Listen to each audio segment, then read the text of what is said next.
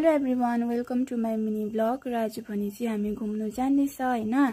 त्यो चाहिँ अहिले म बाटोमै पुगेर देखाउने छु को गएको। र यहाँ चाहिँ छौँ हामी दिदी भाइ अन्त यहाँ भाइको सरहरू पनि हुनुहुन्छ है, अन्त अनि उसको साथी काका हुनुहुन्छ। र अहिले चाहिँ हामी फाइनल्ली यता स्काइवक पनि पुगिसकेको छ हैन। अन्त अहिले चाहिँ हामी यहाँ माथि जाँदैछौँ। हामीले टिकटहरू चाहिँ अघि काटेको थियो, मैले भिडियो लिनु चाहिँ बिर्सेछु नि त। अन्त वेदर चाहिँ एकदमै दामी रहेको थियो। आज चाहिँ हामी फेरि दिउँसो आयो नि त, 2 बजीतिर मात्रै हिँडेको घरबाट पनि। यस्तो रहेको छ यहाँको वेदरहरू चाहिँ। र यहाँ चाहिँ हुनुहुन्छ मेरो ह्यान्डसम भन्दा पनि ह्यान्डसम काका। र यहाँ भने चाहिँ मेरो दादाहरू हुनुहुँदैछ हैन, भिडियो गर्दै आउनुहुँदैछ दादा। यहाँ दिदी हुनुहुन्छ मेरो।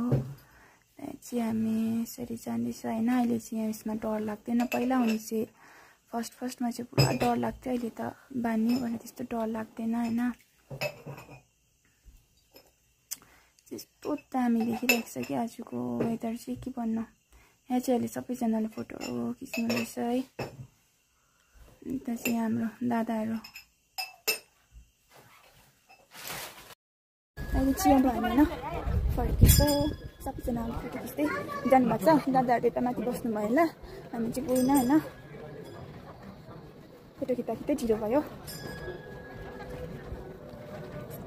कस्तो मजा आयो कि, तर मलाई चाहिँ फर्स्टमा चाहिँ पुरा अप्ठ्यारो लाग्दै थिएन, मलाई चाहिँ पुरा सरम लाग्दै थियो नि त।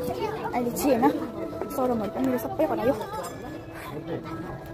र अहिले भने चाहिँ साथीहरू हामी यहाँबाट निस्किसकेको होइन। अब छाङ्गी जानु पनि नपाउने रहेछ, पुरा ढिलो भयो नि त।